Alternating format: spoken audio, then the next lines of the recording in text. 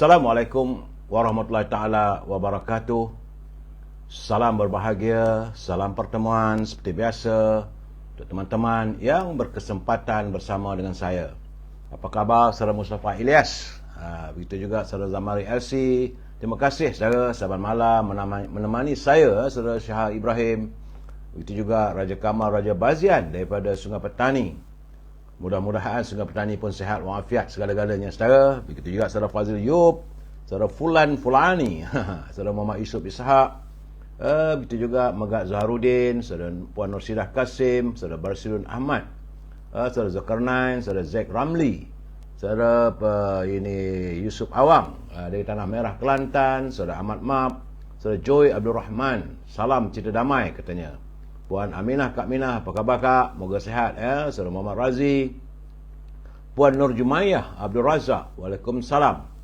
Tengku As, selamat malam daripada Perlis ya, Tengku As. Saudara Mak Raimi, Mak Sidik, saudara Haji Azhar Abdul Manaf, apa khabar Tuan Haji? Saudara Syukur Jamil. Itu juga saudara Richard Bakri, selamat malam. Saudara Isfa Riza Mahpul, saudara Abdul Hamid, salam dari Kuantan katanya. Saudara Mat Semana Jaya, apa khabar saudara? Saudara Abu Samah, Yangkin Fazmid, Syahli Ahmad, Nuriz Aisyah, Ismail Manap.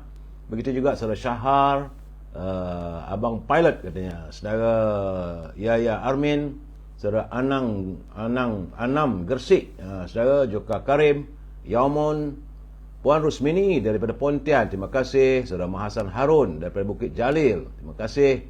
Saudara Puan Rubiah binti Osman, Syahrani Salamah dari Sri Iskandar, Perak. Saudara Nazri Jo, salam untuk semua teman-teman seperjuangan. Saudara Syamsul Anwar, salam.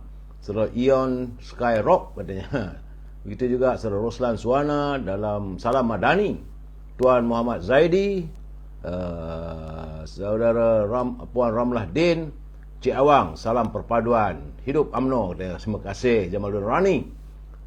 Saudara Rahmat Rahim, Hajah Comel-Comel, Pak Tam, Hamidah Rashid, son of a general katanya. Saudara son of the general ni rasanya Datuk Johan ni rasanya saya. Saudara Zack Ramli, Puan Rubidin, Ramzul Ram, Rosini Kurungot daripada Sarawak, Fazilah Abdul, terima kasih. Puan Rashidah Ahmad dari Kota Singa di Singapura, Puan Rashidah. Itu juga saudara Azrul Jalil, Indra Setia, Hamzah Awang, Wan Kenanga, ya Pak Uda, salam daripada Teluk Intan Pak Uda ya.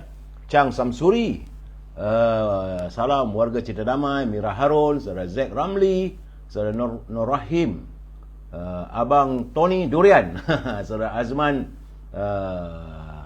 di Azman, dan juga saudara Hussein, saudara Syahrun, serta teman-teman yang tak sempat saya santuni, saya mohon maaf saudara. Ramai terima kasih hadir. Yang saya harapkan daripada anda, jangan lupa like, share dan subscribe. Itu saja yang saya minta daripada anda. Tak perlu bayar apa-apa pun dan tak kena bayaran ya. Saudara Azman, Mak Azman, saudara Ion Skyrock, Dikok Osman, Baju Coklat, hello. Saudara Syahdatul Shuaib, Abdul Rahim Rasul, saudara Hashim Atan, Mus Ahmad, saudara Memotoji, lihat mantap aja, begitulah saudara. Saudara Awang, baik saudara, saya perlu membuka bicara saya malam ini untuk memberi pencerahan tentang kedudukan negara kita dalam isu COVID-19. Hari ini saudara adalah hari Ahad. Sebenarnya semua orang bercuti rehat, duduk di rumah, nak keluar pun duit tak berapa nak banyak ada ya saudara. Jadi hari ini hari Ahad tanggal 26 Februari yang merupakan hari yang ke-1075. Artinya 1075 hari virus corona menyapa bumi kita ini dan masih belum usai lagi. Kerana laporan yang saya terima daripada sahabat kita, saudara Jamil Idris bersama dengan Rio dari Universiti Melaya, nampaknya ada sedikit penyusutan. Kerana kemarin 204 jangkitan, tapi semalam susut kepada 173. Alhamdulillah. Namun itulah pun menjadikan jangkitan jumlah keseluruhan, iaitu kumulatifnya 5,042,188 warga kita yang disapa oleh virus corona sejak 1075 hari saudara. Alhamdulillah, Kementerian Kesihatan telah pun berjaya memulihkan mereka yang jangkiti COVID-19 ini secara angka kumulatifnya adalah 4,996,276 orang. Semalam tiada kematian.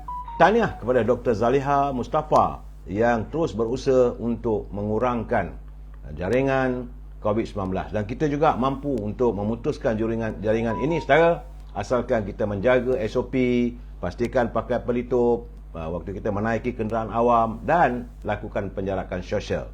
Kalau keluar rumah, balik rumah, pastikan kita membersih diri kita, barulah kita santuni ahli keluarga kita, saudara.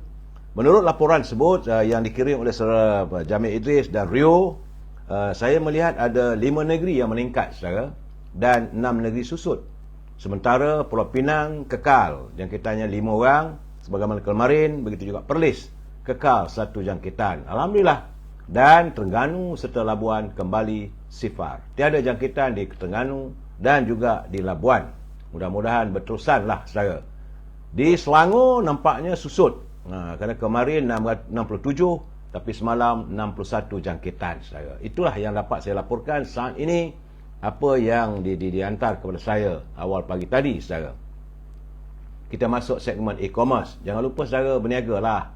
Kalau saudara ada produk mahu saya wawarkan, hubungi Al-Azhar di talian 011-330-41241. Al-Azhar memasarkan setangi bakurnya dan juga minyak wangi dari tanah Arab yang dihasilkan daripada pati kayu gaharu, ya, saudara. Yusidras, Mina S Kitchen, Cik Din Syari, saudara Jamaluddin, Mak Bujang, itu juga saudara Mazuki Saad, Mamo, Raziah Jaafar, Bakat Ahmad, Lim Boncang. Apa khabar, Lim? Nampaknya saudara Lim Boncang sudah pun saban malam bersama kita, saudara. Andainya anda tidak dapat menghubungi Al-Azhar, bolehlah hubungi Siti Farehah. Jangan lupa, saudara, kalau menghubungi Siti Farehah di talian 017-711-4300, pesan-pesanlah dendeng manis Siti Farehah. Sedap dimakan, saudara. Boleh jadikan lauk, boleh makan dengan roti. Kalau makan dengan roti lebih sedap daripada burger ataupun egg benjo dan sebagainya. Memang sedap, saudara. Sila hubungi Siti Farehah di talian 017-711-4300, dendeng manis Siti Farehah. Bagi teman-teman yang suka makan buah-buahan yang tinggal di sekitar Lembah Kelang, anda juga boleh memperolehi ataupun mendapatkan buah-buahan tersebut yang dihantar terus ke rumah anda. Buah-buahan yang disaring, kualitinya AAA dan lebih murah daripada harga di pasar. Hubungi Syauqi di talian 012-357-5703. Dan akhir sekali, saudara, tadi pun saya dah bersungut kerana dah kehabisan. Habis stok, saudara, iaitu makanan kegemaran saya, Popiah Sirih Lady Maria. Memang sedap, saudara. Rasanya pedas, rangup dan manis serta mengasyikkan. Jadi tadi saya bersungut lah, mana dah habis dah rupanya. Mudah-mudahan saudara Nizam dapat membekalkan kepada saya Popiah Sirih Lady Maria. Harganya murah, saudara. Hubungi saudara Nizam di talian 019-435-1203. Harga murah, sedap, pedas, rangup dan manis, saudara. Itulah seketika, saudara, dalam segmen e-commerce. Kita masuk dalam segmen naluri kehidupan. Sekali lagi, ingin saya mengingatkan saudara, saya bukan da'i maupun ustaz yang tidak mempunyai tauliah untuk bercakap soal agama. Cuma apa yang saya lakukan, bila kawan-kawan, teman-teman menghantar kiriman, saya rasa sesuai untuk saya bacakan. Saudara, ini bukan pemikiran saya, pemikiran daripada teman-teman yang menghantar kiriman kepada saya.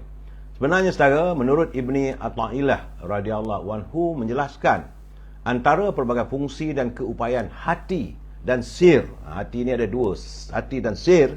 Yang pentingnya ialah menerima limpahan pelbagai cahaya, seperti cahaya iman dan cahaya yang khusus yang Allah hidayatkan, iaitu Al-Anwar Al-Waridat, saudara. Perbezaan antara hati Al-Qalb dengan sir ialah sir merupakan lapisan hati yang terakhir, paling dalam, yang biasa kita istilahkan dengan lubuk hati. Itu sir, saudara. Sementara itu hati adalah lapisan awalnya. Peranan sir adalah sebagai sebuah gedung yang menyimpan pelbagai maklumat manawiyah yang Allah limpahkan melalui hati.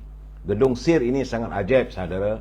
Ia bersifat elastik, boleh menjadi semakin luas apabila diisi dengan pelbagai rahsia Allah, hingga ada disebutkan dalam sebuah hadis kursi bahawa Allah curahkan rahsianya ke dalam bumi dan langit.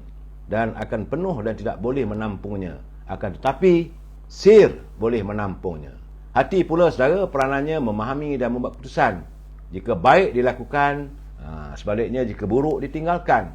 Jika seorang melakukan suatu kebaikan atau meninggalkan suatu keburukan, itu adalah keputusan hati berdasarkan maklumat yang diterima daripada sir. Perjalanan hati dan sir ni saudara. Kerana baginda Rasulullah SAW pernah menyatakan sambil mengarahkan jari telunjuknya ke arah para sahabat dengan bersabda, iman itu di sini, akal hanya berupaya menerima pelbagai perkara yang zahir dan biasanya boleh diterima oleh akal al-muqulat seperti ilmu dan kefahaman. Tapi iman itu adalah di sini, di hati kita saudara. Ingat saudara, lebih saya tak tahulah saudara. Baik saudara, saya ucapkan terima kasih pada teman-teman yang menghantar kiriman pada saya. Kita santuni pula mutiara kata kiriman sahabat saya Tan Sri Osusukam. Katanya, sedar dan insaf atas serba kekurangan yang kita miliki adalah lebih baik daripada merasa bangga dengan kelebihan yang kita ada. Jadi kita kena sedar dan insaf bahawa kita ini serba kekurangan saudara.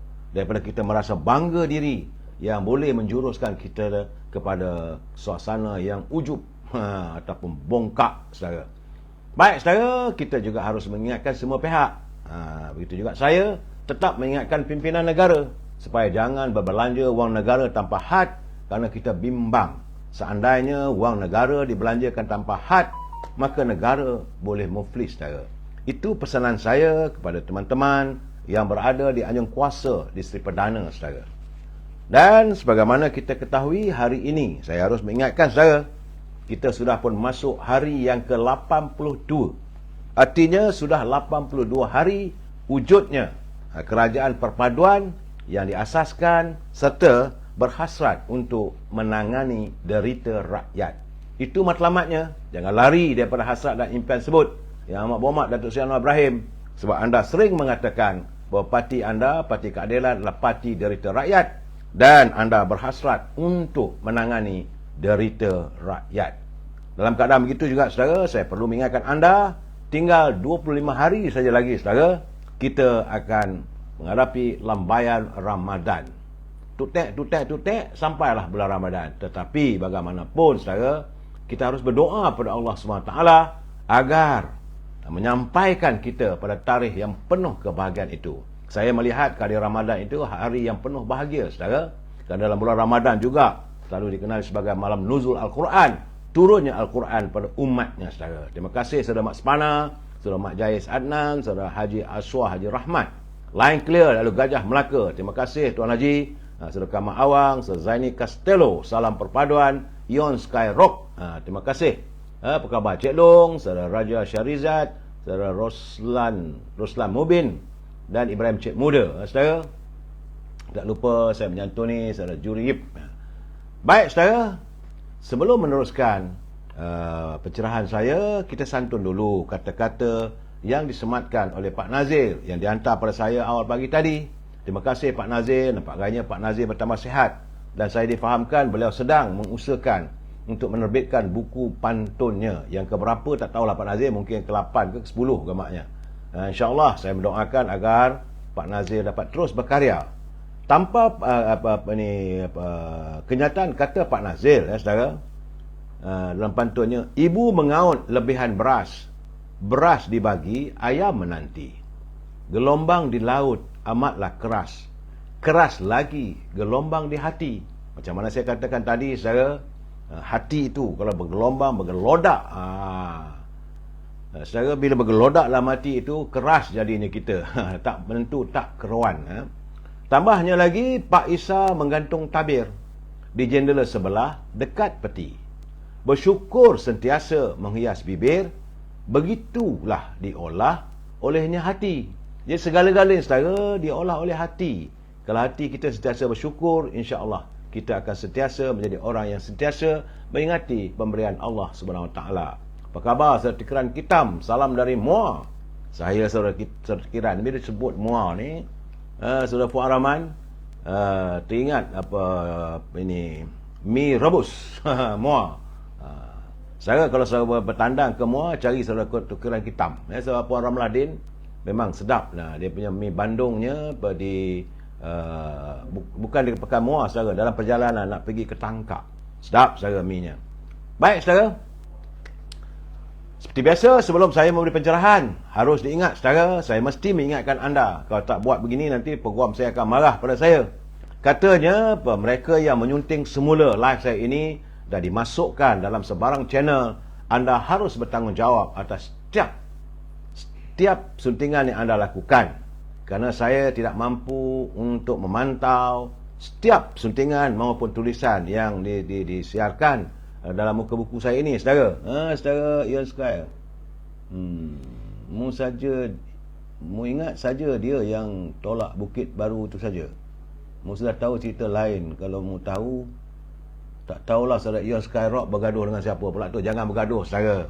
Saya baru nak pesan. Saudara. Kalau boleh, saudara, perlu diingat. Pencerahan saya ini adalah pencerahan politik. Matlamatnya hanyalah sekadar memberi informasi. Dan seandainya saya memberi celahan ataupun pandangan, maka kita mesti memegang pada prinsip, kita mesti bersetuju untuk tidak bersetuju. We must agree to disagree. Saudara, kalau saudara ada perkara-perkara yang dibangkitkan, boleh, tak ada masalah.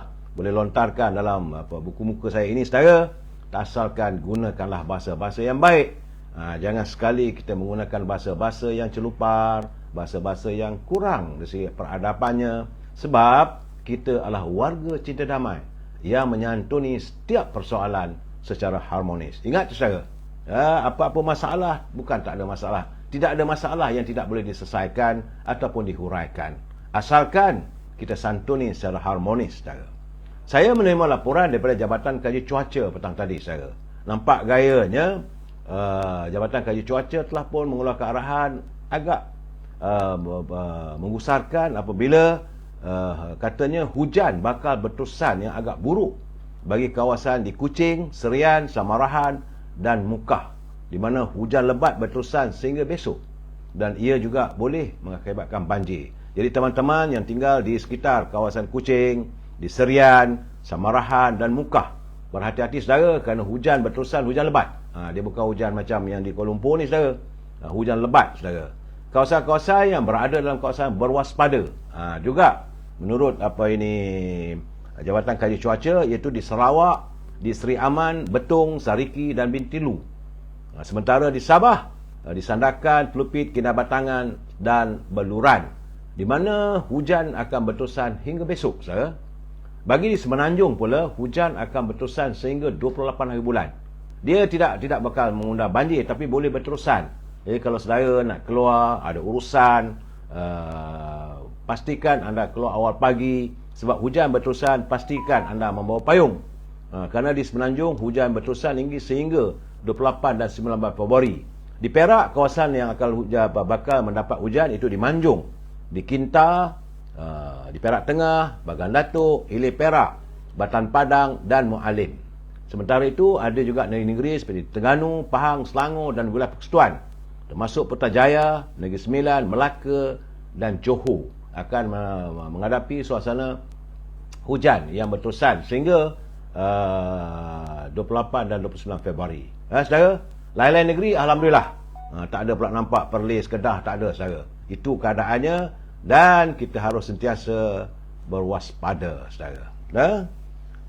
Sekarang ni, saudara, saya melihat, termasuk lah, saudara, saya melihat kesan daripada kenyataan ataupun keputusan Ketua Hakim Negara yang arif, Tengku Maimun, Tengku Mat, yang mempertikaikan siasatan SPRM terhadap Hakim Nazlan, akhirnya sejak hari ini dan semalam mengundang pelbagai polemik serta keresahan warga, saudara.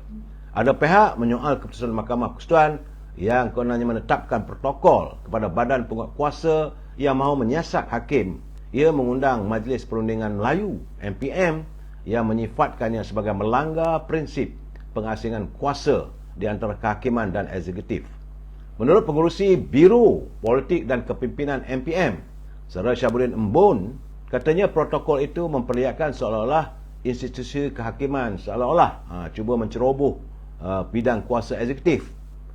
Sepatutnya katanya institusi kehakiman lebih terbuka ketika siasatan oleh pihak berkuasa bagi memastikan tiada sebarang kesalahan dilakukan hakim, sekaligus memastikan institusi berkenaan bersih daripada sebarang salah laku, saudara. Ada pula gangguan, saudara. Jadi dalam keadaan begitu, saudara, saya juga melihat, saudara, kenyataan daripada saudara Hisham Jalil. Saudara Hisham Jalil agak keras sikit komen-komennya, banyak komen-komen, tapi saya fikirkan kalau ini menghina mahkamah tak sepatutnya saya nyatakan. Tapi kenyataan saudara Hisham Jalil wajar untuk kita fikirkan. Kerana menurut saudara Hisham Jalil, hakim tidak berada di atas undang-undang dan tidak terkecuali daripada sebarang prosedur siasatan jenayah sama yang dikenakan terhadap orang lain. Katanya pihak berkuasa tidak boleh dipaksa berunding dengan ketua hakim negara terlebih dahulu atau mendapatkan kebenaran sebelum mengambil tindakan terhadap mana-mana hakim yang disyaki melakukan kesalahan jenayah. Kerana kata Sir Syam, hakim tidak ada imuniti atau keistimewaan dalam perkara-perkara yang menyentuh soal jenayah. Tidak ada orang yang berada di atas undang-undang, termasuklah hakim. Demikian menurut Sir Syam yang dihantar kepada saya hari ini. Saya pun geleng kepala. Ini masalah sekarang ini mengundang polemik. Warga juga sudah merasa tak senang. Kalau saya baca kenyataan-kenyataan yang dihantar kepada saya geleng kepala. Saya haraplah benda ini dapat dicari penyelesaiannya. Dan Datuk Seri Azalina selaku menteri di Jabatan Perdana Menteri yang menjaga hak ehwal profesion perundangan sewajarnya dapatlah berunding ataupun tak tahulah macam mana dengan badan kehakiman supaya dikembalikan, dipulihkan keyakinan, penghormatan warga terhadap badan kehakiman. Kerana menurut Syam Jalil, dia kata keputusan-keputusan yang dibuat kadang-kadang diragui. Itu keadaannya. Lebih tak boleh nak saya ni. Sebabnya kesan daripada itu, saudara, akhirnya saya melihat ada pula ini yang nakal sikit, saudara. Kenyataan warga net kita dia nakal. Akhirnya mereka menghantar kiriman pada saya berhubung dengan pendapatan gaji bulanan hakim yang dibayar daripada kumpulan wang satukan.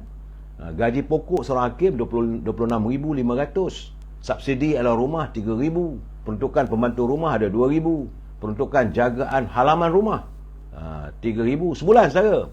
Allowance perumahan khas itu separuh dari subsidi allowance rumah 1,500 jika tinggal di quarters yang disediakan oleh kerajaan yang fully furnished katanya. Allowance keraian ada 5,000. Allowance wilayah kalau itu 10% dari gaji pokok bagi hakim-hakim yang bertugas di Mahkamah Tinggi di Sabah dan Sarawak, sekitar dalam 2,650. Saudara, allowance khas kehakiman 6,000. Itulah pendapatan yang dia pada anggaran RM45,150. Jadi kesan daripada polemik itu mulalah mereka membuka gaji dapat hakim banyak ini dan sebagainya. Saya haraplah agar Yang Berhormat Datuk Seri Azalina dapat segera menghuraikan persoalan yang saya rasa ada sesuatu yang terbuku di hati rakyat. Kesan daripada kenyataan yang arif Ketua Hakim Negara bahawa Suruhanjaya Pencegahan Rasuah perlu ada protokol mendapat keizinan daripada pihak hakim sebelum menyiasat. Itu katanya yang menimbulkan polemik bagi saya. Mungkin juga disalah kod, tetapi itu yang dilaporkan semalam kemarin, berbolak-bolak lah jadinya. Saya melihat negara kita tidak henti-henti adanya kepelbagaian, kebejatan, suasana yang tidak menenangkan. Saat-saat kita nak memperbaiki ekonomi negara, rakyat semakin susah. Janganlah kita masih terus berpolemik, berpolitik, menyalahkan orang itu dan orang ini, saudara. Begitu juga hari ini, saudara, apabila wakil yang Mulia Tengku Razali Hamzah gagal untuk membatalkan keputusan pilihan raya yang ke-15 bagi Parlimen Gua Musang, apabila Mahkamah Tinggi hari ini mengesahkan kemenangan Datuk Abdul Azizi Abu Naim sebagai ahli Parlimen Gua Musang pada PR yang lepas. Jadi dalam keputusan yang perandukan Seksyen 36 dalam kurungan 1 di bawah Akta Kesalahan Pilihan Raya 1984, katanya mahkamah menerima 3 isu yang dibangkitkan oleh responden berkaitan dengan tempoh masa petisyen yang difailkan, kaedah peguam pemetisyen dilantik dan kegagalan pemetisyen memperincikan tuduhan rasuah daripada terhadap kemenangan. Saya melihat dalam ini ada, sebab itu saya dikabarkan walaupun keputusan mahkamah menolak, tapi mungkin juga pihak yang Melayu Tengku Razali Hamzah akan membawa kes sebut ke Mahkamah Rayuan.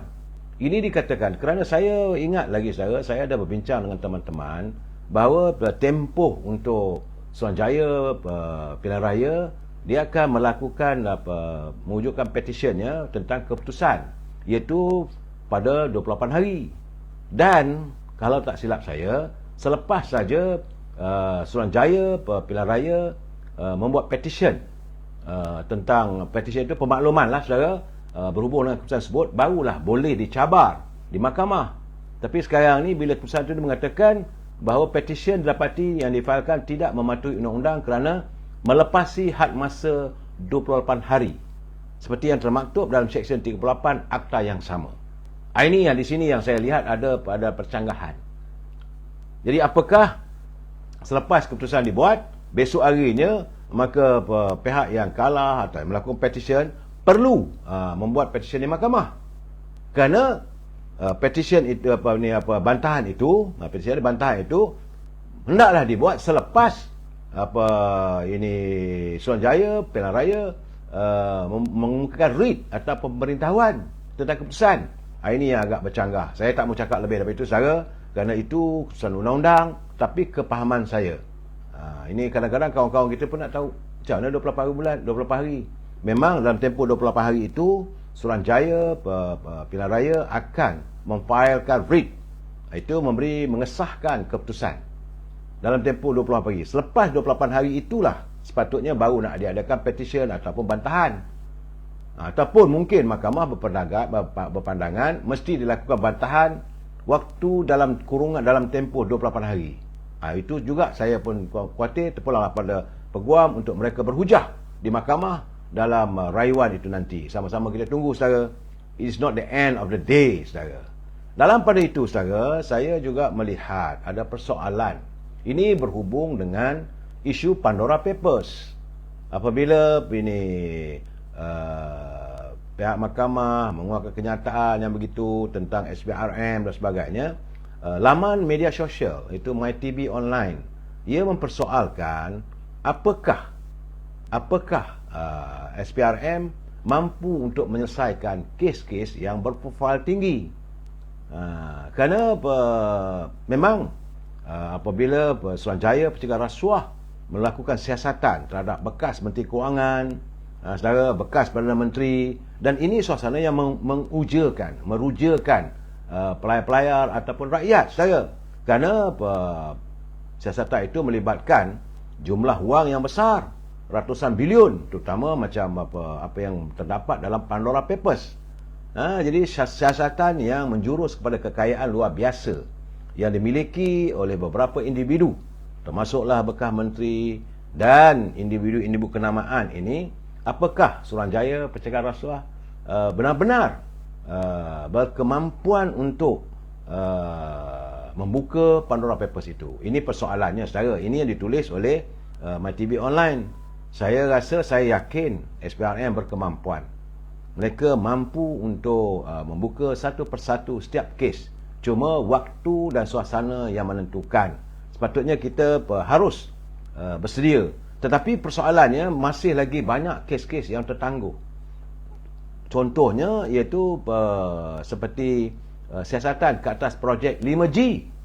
Selepas Jana Wibawa, sekarang ni ada lagi kes, iaitu kes projek 5G yang nilainya adalah 11 bilion yang diberikan kepada Digital Nasional Berhad, DNB saudara.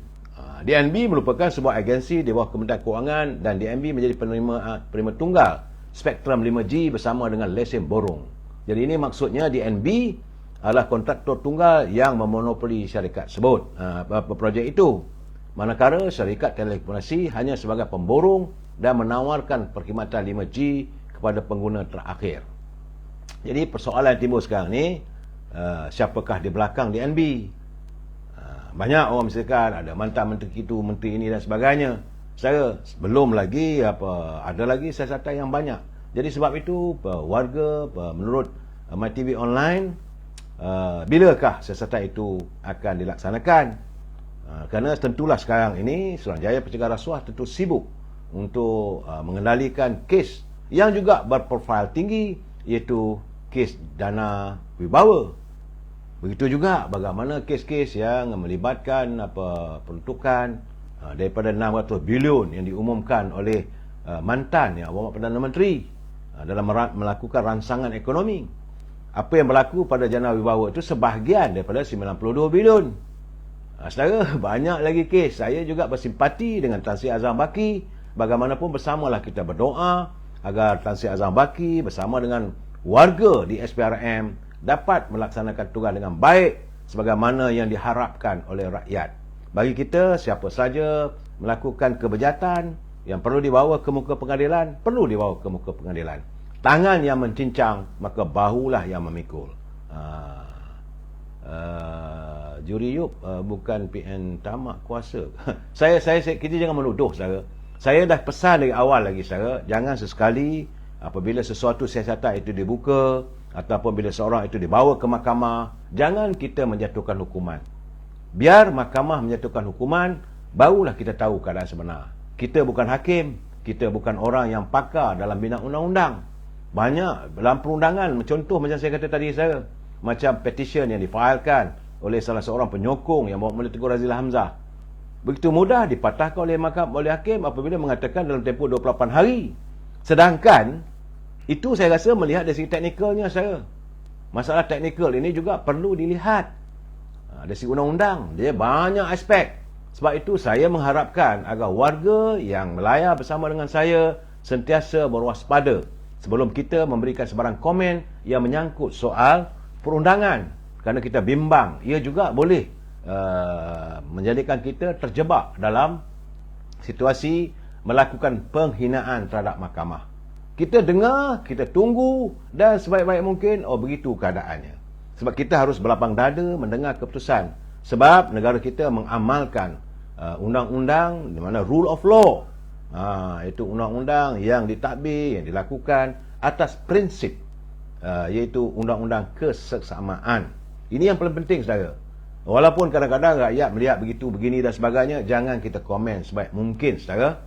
Itu yang saya harap. Kalau anda komen dalam ruangan ini kadang-kadang melanggar peraturan, saya bimbang, saudara, sebab dalam sejak akhir-akhir ini banyak kes yang akan terbongkar dan banyak kes yang akan dibongkarkan oleh SPRM. Kita ada Bistari Net belum selesai lagi. Kita ada kes, bukan saya nak menyuruh sebagai siapa, saudara, tidak. Tapi kes ini masih lagi bergelodak di pemikiran rakyat. Kenapa kes ini belum terjelma lagi? Bistari Net, begitu juga dengan Pandora Papers yang melibatkan ratusan bilion wang negara yang dibawa ke luar negara. Begitu juga dengan skandal yang saya katakan projek 5G, iaitu DNB yang boleh melibatkan apakah salah laku menteri dan sebagainya. Begitu juga dana wibawa. Itu dana wibawa baru satu, saudara. Banyak lagi rupanya. Saya dipahamkan ada banyak. Sama-sama kita nantikan apa yang dilakukan oleh Suruhanjaya Pencegah Rasuah, kerana mereka dipertanggungjawabkan. Berat, saudara, tanggungjawab SPRM. Saudara, jangan kita mengatasi mereka ataupun kita mendahului mereka. Itu saya harap pada saudara. Dan bagi saya, kalau bolehlah, jangan kita memberi komen. Sebab komen-komen kita kadang-kadang boleh membahayakan diri kita dan boleh dianggap sebagai fitnah. Boleh juga dianggap sebagai mendahului mahkamah. Akhirnya kita yang salah. Kerana seronok-seronok, saya tengok ada 3-4 tulisan yang masuk dalam wall saya ni. Saya geleng kepala, saya kata, Astaghfirullahalazim. Kalau saya lontarkan perkara itu, orang yang mengantar pada saya ni pasti akan disiasat. Bila ini berlaku, kenapa cari susah? Itu yang masalah, saudara. Kerana saya kena ingat, hidup mesti diteruskan. Kita sudah pun masuk 82 hari. Wujudnya kerajaan perpaduan. Ini yang perlu kita tangani. Ini yang perlu kita lihat. Kerana 82 hari dah wujudnya kerajaan ini yang bermatlamatkan mahu menangani derita rakyat. Sejauh mana ia dapat melakukan koreksi dan sebagainya, saudara. Sebab lagi juga lebih yang pertama. Yang kedua sekali, saya nak mengingatkan teman-teman. Sebab mereka berhujah berhubung dengan bajet yang dibentangkan oleh Yang Berhormat Datuk Seri Anwar Ibrahim kemarin, itu hari Jumaat. Baru diungkapkan oleh Datuk Seri Anwar Ibrahim, sudah mengundang macam-macam polemik. Orang ni tak puas hati, orang ni kata begitu, orang ni kata begini. Apakah mereka faham struktur wang negara tidak boleh dibelanjakan sehinggalah ia diluluskan oleh Parlimen. Bukan dibentangkan di Parlimen, saudara. Sebab itu, apa yang berlaku dalam dana wibawa, apa yang berlaku dalam isu 600 bilion yang digunakan oleh Tan Sri Muhyiddin waktu zaman pandemik, waktu negara darurat, ia terpaksa dibawa ke Parlimen untuk diluluskan. Mesti diperjelaskan. Sebab wang negara tidak boleh siapa pun mengusik, saudara. Kantung khazanah negara itu terpelihara. Begitu juga bila pembentangan bajet. Bajet ini dibentangkan oleh Yang Berhormat Perdana Menteri selaku Menteri Kewangan. Itu satu bab. Dan selepas dibentangkan bajet ini, kita tunggulah, saudara. Saya ingat dalam masa 2 minggu, setiap wakil rakyat akan memperincikan persoalan demi persoalan mengikut kementerian-kementerian. Sebab bila hari Isnin nanti, saudara, saudara Sobri Arif ulas sikit isu lesen percuma, sekadar pendaftaran ke total free. Ini saudara Sobri, kita kena tunggu. Itu baru dilontarkan oleh Yang Berhormat Perdana Menteri dan juga Menteri Kewangan. Tetapi tiap-tiap kementerian, menteri-menterinya akan menjawab, akan mengulas. Dan besok insya-Allah buka saja Parlimen membincangkan soal bajet ini, Ketua Pembangkang akan berucap. Dia akan tentulah Ketua Pembangkang, sikapnya mesti bangkang lah, saudara. Dan kita harus mendengar dengan teliti apa yang dia setuju, apa yang dia tak setuju tentang berhubung dengan bajet yang diutarakan oleh Yang Berhormat Menteri Kewangan. Ini kita kena faham, saudara. Saudara Julius, 92B senyap. Bukan. 92B itu urusan SPRM, saudara. Dan tidak sesuai kalau ia dibangkitkan dalam bajet.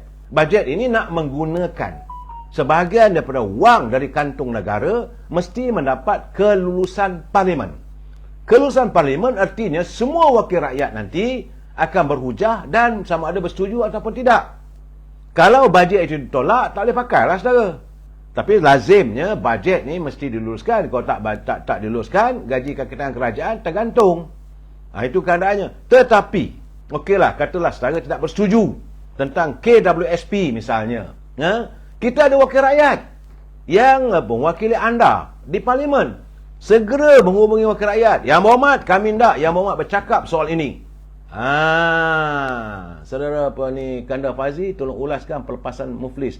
Juga, benda ini akan dibangkitkan. Sebab kita ada wakil rakyat, tugas wakil rakyat, ahli-ahli Parlimen. Sebab itu, bila di Parlimen, dia dipanggil di kawasan mereka. Contoh, kalau dia itu ahli Parlimen Selayang, artinya dia mewakili seluruh warga Selayang yang mau agar bajet ini begini, 1, 2, 3, 4. Yang mana tak puas hati? Bukan semua lah, saudara.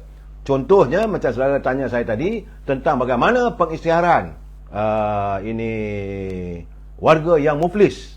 Memanglah menurut kenyataan Yang Berhormat Perdana Menteri, beliau mahu bermula 1 Mac.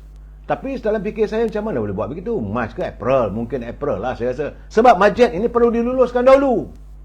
Tak boleh siapa pun mendahului bajet untuk menggunakan segala kemudahan, segala apa yang dibentangkan dalam bajet. Saudara, kita mempunyai wakil rakyat. Mungkin contohnya bagi warga di Sabah, peruntukan yang disediakan oleh Yang Berhormat Perdana Menteri untuk Sabah rasanya 6.5 bilion. Kalau tak setuju, minta ahli-ahli Parlimen daripada Sabah membangkitkan. Saudara Pok Mi dia kata, jangan sebut AMDAP tak baik, saudara. Saya tidak senang dengan perkataan begitu, saudara. Saudara anda menuduh bahawa UMNO ini hanya kita dengan ADAP saja. Dalam rangkaian kerajaan perpaduan ini ada UMNO, ada Parti Keadilan, ada Parti Amanah, ada Parti DAP. Kenapa dijadikan sebagai AMDAP itu sebagai tagline? Artinya saudara seolah ada meniat hasrat yang tidak baik. Sebab pada kerajaan hari ini yang mentadbir negara, kita harus jujurlah, saudara. Memanglah saya orang UMNO. Kalau UMNO dituduh itu dan ini, tentulah kita rasa kecil hati. Tetapi saya nak bagi tahu, nak bagi penjelasan. Sebab saya bimbang apabila melihat saban hari saya menerima banyak persoalan. Kawan ni tanya begitu, tolong bagi pencerahan. Tolong begini, tolong bagi pencerahan. Pencerahan saya, bajet yang dibentangkan oleh Yang Amat Berhormat Perdana Menteri selaku Menteri Kewangan. Kalau dia bukan Menteri Kewangan, tak boleh bentangkan bajet. Bajet ni hanya dibentangkan oleh Menteri Kewangan. Pertama-tama sekali akan dibahaskan oleh setiap ahli Parlimen yang menjadi wakil rakyat anda. Kalau anda tak puas hati, kemukakan persoalan itu pada wakil rakyat anda. Kerana setiap wakil rakyat akan diberi kesempatan untuk membahaskan. Mintalah mereka kali ini pergi ke parlimen, janganlah bergaduh yang bukan-bukan. Jangan jadikan parlimen itu macam kandang sarkas untuk menuduh itu, menuduh ini. Kita kena dengar. Kalaulah contohlah saya kata ya, saudara, contohnya ahli parlimen kawasan saya, ataupun kawasan mana? Kawasan mungkin di kawasan ini mana ya ahli parlimen yang ada? Mungkin Kapar ke, warga Kapar kena dengar wakil rakyat dia bercakap pasal apa. Soal yang dah jadi menteri itu, mereka akan menjawab segala persoalan yang dibangkitkan oleh wakil rakyat. Ini perlu kita dengar juga, sebab dia ada peringkatnya. Pertama besok adalah dimulakan oleh ketua pembangkang. Selepas itu ketua whip kerajaan juga akan membangkitkan.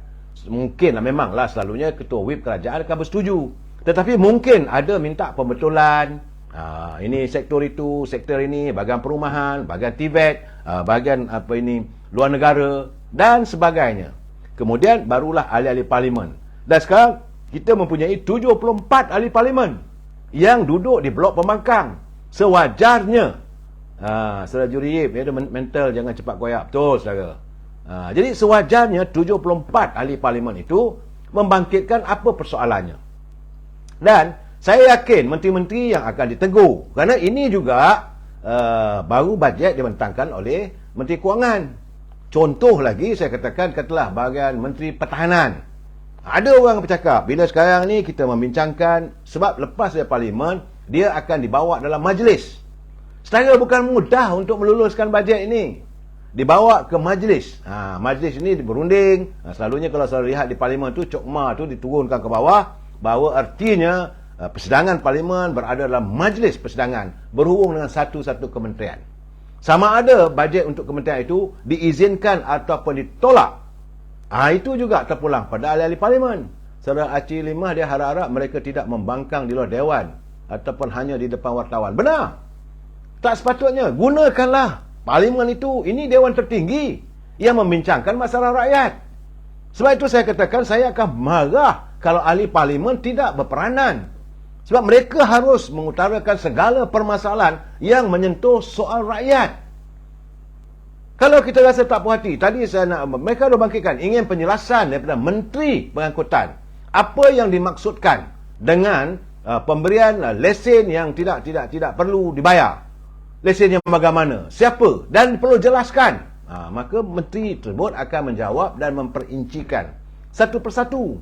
Begitu juga sebagai ahli parlimen, kawasan mana lagi, ingin bertanya pada menteri, Jabatan Perdana Menteri, hal ehwal undang-undang. Bagaimana persoalan rakyat kita yang diistilahkan muflis. Kerana menurut yang bawa Perdana Menteri, menurut dalam bajet ini mengatakan satu Mac nanti yang mana bawah 50,000 boleh dihapuskan, dilupuskan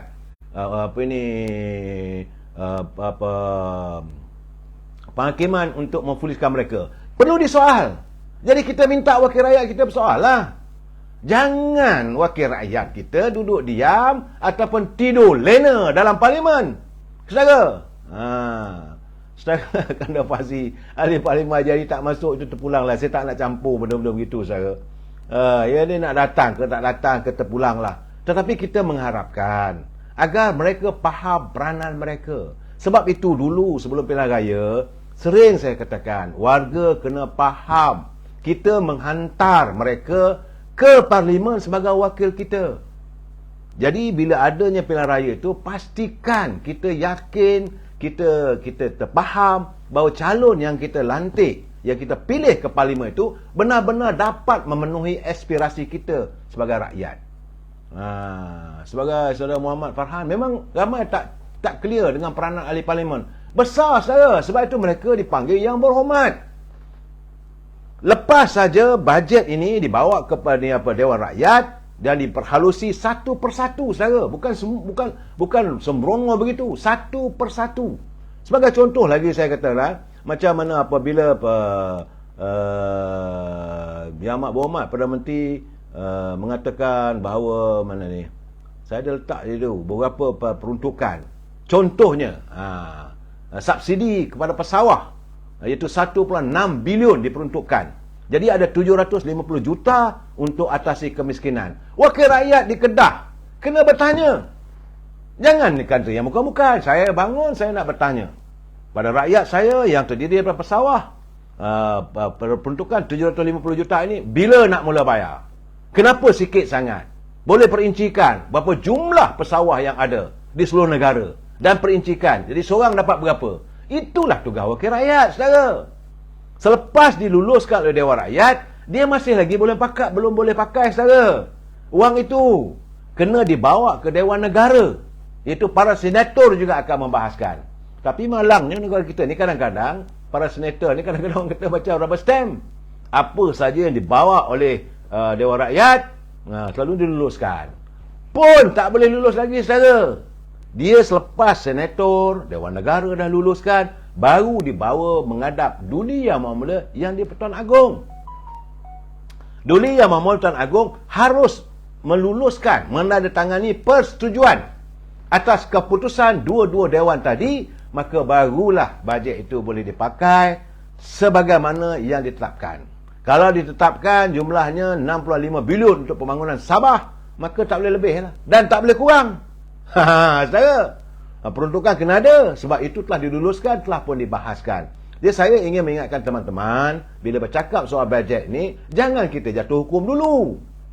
Bila saya tengok keadaan ni, oh ini tidak un-Islamik lah, orang Melayu diketepikan, ini bajet ini memenuhi kehendak saranan DAP, bajet ini memenuhi negeri-negeri Melayu ditekan, negeri yang bukan Melayu itu diampungkan, diagungkan. Saya kata itu salah.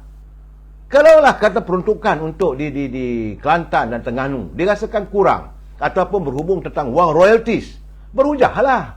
Tapi kalau semua wakil rakyat bersetuju agar wang royalties itu dibagi pada kerajaan negeri, maka terpaksalah kena ikut. Itu keputusan Dewan Rakyat, saudara. Sebab itu BA dia kata perlulah memilih calon yang terbaik, saudara. Tak buat sama nak saudara nak tolak tak tolak itu kemudian lah, saudara. Saudara, saya melihat itu masing-masing punya penilaian. Cuma saya harap dalam kita berhujah biar berfakta. Saudara, Ramzul Zam ni kita nak buat macam mana? Katil dan tilam telah disediakan. Apa hal lah tu? Di Parlimen tidur. Saya rasalah kadang-kadang kita sebagai warga, kita rasa kecewa melihat adanya pimpinan mula menunjukkan sikap-sikap yang tidak baik, saudara. Mereka tidur dalam dewan, tidak berhujah. Dan bila berhujah, banyak menyentuh soal-soal peribadi. Bukan soal kepentingan rakyat. Ini keadaannya, saudara. Saudara Jurijik bukan tak nak kasih keluar KWSP, ada sebab nak kaji. Saya soal KWSP ini biarlah wakil rakyat akan membangkitkan. Saya yakin persoalan ini sebab sebelum bajet dibentangkan pun ada 4-5 orang wakil rakyat telah pun membangkitkan. Dan perkara ini akan dibangkitkan lagi dalam sidang dewan. Tentulah menteri yang bertanggungjawab akan melihat persoalan ini secara lebih mendalam lagi. Ya, saudara? Sebab satu orang punya keputusan tidak semesti yang terbaik. Kerana perlulah ada catuan ataupun kumpulan pemikir-pemikir, terutama di kalangan ahli-ahli Dewan Parlimen yang merupakan wakil kepada rakyat. Saudara, lokal-lokal itu saya lebih suka kita soal dia hadir tak hadir itu soal dia. Itu antara marang dengan rakyat marang lah. Kalau amatlah malang warga marang kalau wakil rakyatnya tak hadir ke dewan. Artinya dia tidak memperjuangkan soal kehidupan rakyatnya. Itu saja, saudara. But selepas kita membicarakan soal bajet, saya cuma hari ini saya tengok tiba-tiba saya lihat, saya nampak penyakit yang dulu yang pernah dialami oleh sebahagian daripada orang-orang UMNO sewaktu UMNO mentadbir negara yang berada di anjung kuasa si perdana, nampak gaya yang sekarang ni sudah menjangkit kepada Parti Keadilan.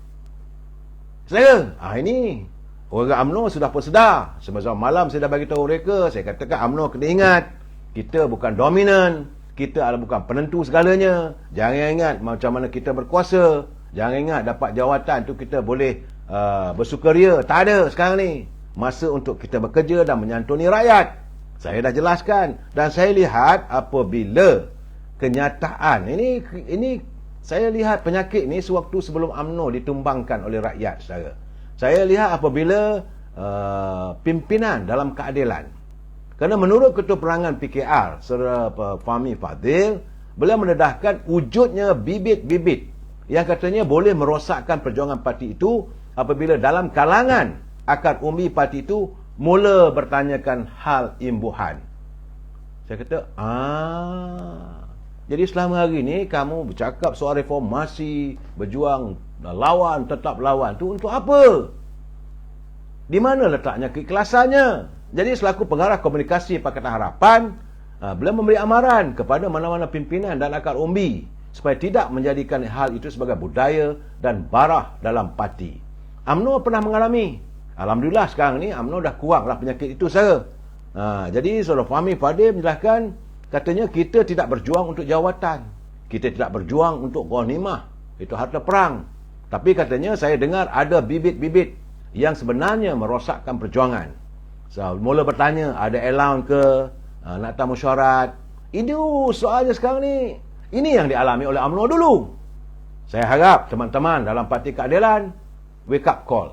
Apa yang dibangkitkan oleh saudara Fahmi Fadzil itu, bagi saya itu satu realiti yang perlu kita santuni dan kita hayati agar perjalanan kerajaan dapat diteruskan sebaik mungkin. Saya bukan nak memburuk-burukkan, tidak, saudara. Saya tidak mahu apa yang pernah dialami oleh UMNO. UMNO sekarang sudah melakukan pembersihan. Sebab itu sekarang ini saya rasa yakin kerana UMNO sudah sampai masanya untuk kita kembalikan pada suatu keadaan yang betul, suatu keadaan yang tepat dan sesuai. Jadi paling penting sekarang ni kita selesaikan perbalahan dengan jalan baik atau secara damai. Itu paling penting. Dan UMNO sudah pun melakukan perubahan yang drastik. Termasuklah kita memecatkan pemimpin yang dilihat melanggar disiplin parti. Mungkin tindakan itu dianggap boleh menjauhkan parti daripada orang ramai. Namun ia adalah suatu keperluan, saudara. Jadi soalnya sekarang ni, dulu orang mengatakan UMNO ada kuasa magnet, dah luntur, UMNO dulu gagah. Tetapi saudara, jangan nafikan. Saya cakap terus terang, saudara, rumah UMNO masih tersegam indah dan gagah. Jadi kepada pemimpin yang sudah dibuang tu, tak apalah. Anda fikirlah sendiri, tangan yang mencincang, bau yang memikul, saya katakan. Sebab itu saya bersetuju dengan pandangan daripada saudara Datuk Samsul Anwar Nasarah. Beliau pun tak berebut jawatan, tak ada nak bertanding jawatan naik presiden, tak ada. Sebab kata Datuk Samsul Nasarah, sebagai pemimpin kita tak boleh ada agenda peribadi. Keutamaan adalah melaksanakan apa juga perkara yang telah parti putuskan. Maka apa juga keputusan parti perlu diikuti dan dilaksanakan. Sebab itu waktu beliau menjadi menteri dulu, bila parti memutuskan untuk tidak meneruskan sokongan kepada pimpinan Tan Sri Muhyiddin, dia letak jawatan. Ini bagi saya antara sikap ahli UMNO yang setia pada parti. Bukan bila orang kata tarik sokongan, no, nak kekal lagi. Ini sikap yang tidak baik, saudara. Dan saudara, di saat-saat kita bercakap soal UMNO ini, walaupun orang dah mengatakan begitu, begini dan sebagainya, pelbagai andaian, saudara. Orang menyata tentang UMNO, kononnya sudah lesu, kononnya tak ada tidak semaraklah semangat. Akhir ini sudah terjawab, saudara. Kerana semalam, belum lagi hari ini kita tak tahu berapa jumlah sebenarnya.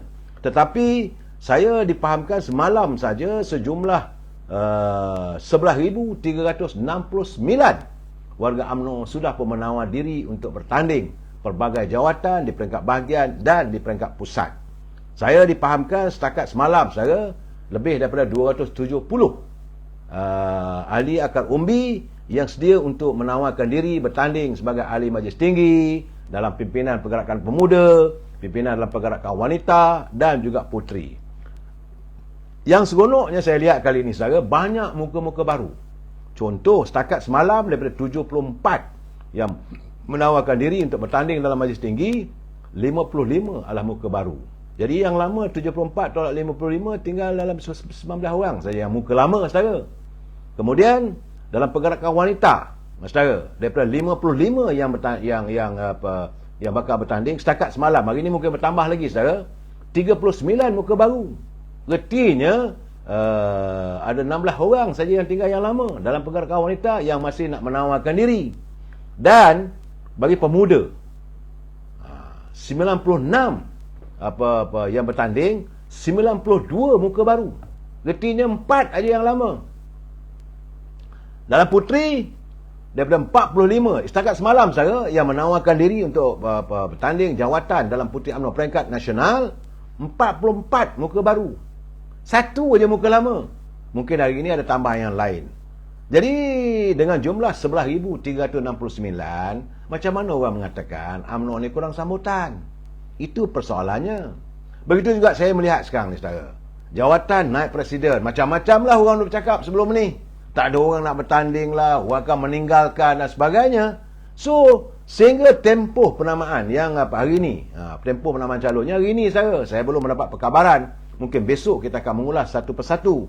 Tetapi sehingga tempoh hari ini, saya dikabarkan sejumlah 8 orang calon bersedia untuk bertanding jawatan naib presiden UMNO untuk merebut 3 jawatan. Dia naib presiden ni 3 orang. Presiden timbalan presiden telah diputuskan dalam Perhimpunan Agung UMNO tidak dipertandingkan. Jadi 3 jawatan itu 8 orang yang bertanding, saudara.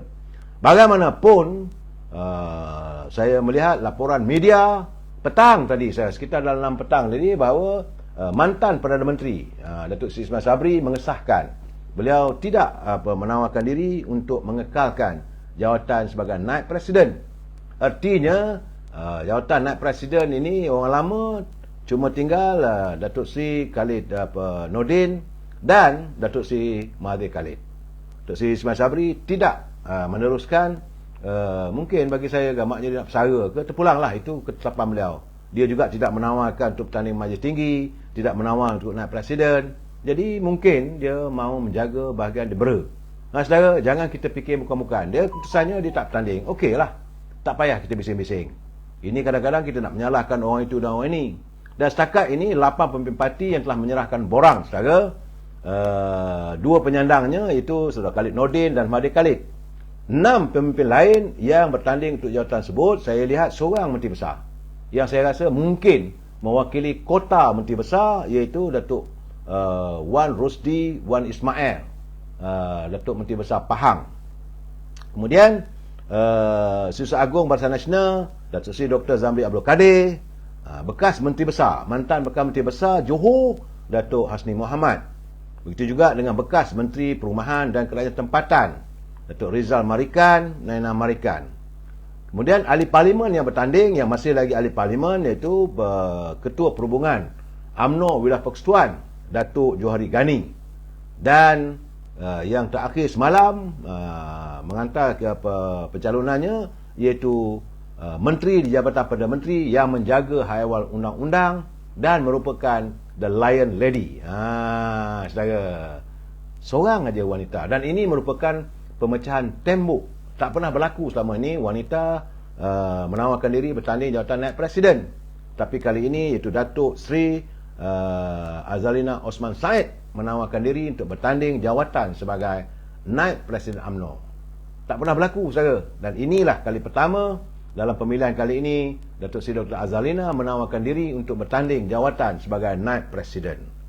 Bagi pergerakan pemuda, saudara, terdapat 4 calon. 4 orang calon. Memang selama ni orang kata Saudara Arman itu Ketua UMNO bahagian Subang, Datuk Arman Azhar Abu Hanifah. Tapi setelah dibincangkan, diperimbangkan, majlis Biro Disiplin tidak mengambil sebarang tindakan bahawa Datuk Arman boleh bertanding. Jadi menjadikan 4 orang, iaitu Datuk Arman Azhar Abu Hanifah, senator, beliau seorang senator dan merupakan Ketua UMNO bahagian Subang, Selangor. Begitu juga dengan Dr. Akmal Saleh, ahli Dewan Undangan Negeri di Jasin, merupakan Esko Kerajaan Negeri Johor, dan beliau merupakan wajah baru yang berusaha untuk menandingi jawatan tersebut. Turut tersebut tersenarai iaitu Ketua Perhubungan Pemuda Wilayah Persekutuan, itu Saudara Muhammad Nizam Abdul Hamid, dan mantan Timbalan Menteri Kewangan yang juga ahli Parlimen Paya Besar Datuk Syahar Abdullah. Itu bagi jawatan ketua. Bagi jawatan naib ketua pemuda pula, yang sekarang ni saya nampak mendahului yang lain, adalah Datuk Muhammad Nazifuddin Najib, anak Datuk Seri Najib, yang turut menawarkan diri untuk bertanding naib ketua bahagian. Beliau datang dari berbagai Langkawi yang mahu meneruskan hasratnya untuk meneruskan legasi almarhum Tun Abdul Razak dalam memperjuangkan martabat bangsa Melayu. Turut sama menawarkan diri ialah naib ketua pemuda dari Kelantan, iaitu Datuk Seri Ikmal Hisham Abdul Aziz, anak mantan Timbalan Menteri Pertahanan Datuk Ikmal yang juga dari Tanah Merah, Kelantan, serta ahli Esko Kerajaan Negeri Johor yang baru dilantik, saudara Hairi Muhammad Shah, saudara. Yang menariknya, untuk kerusi Ketua Pergerakan Wanita Puteri ada 6 bertanding, saudara. Saya pun dah hilang nama tu, tapi saya melihat Datuk Noraini akan berusaha mempertahankan jawatannya sebagai Ketua Pergerakan Wanita UMNO Malaysia, tapi dicabar oleh Kak Ijat ataupun Tan Sri Syarizat Jalil.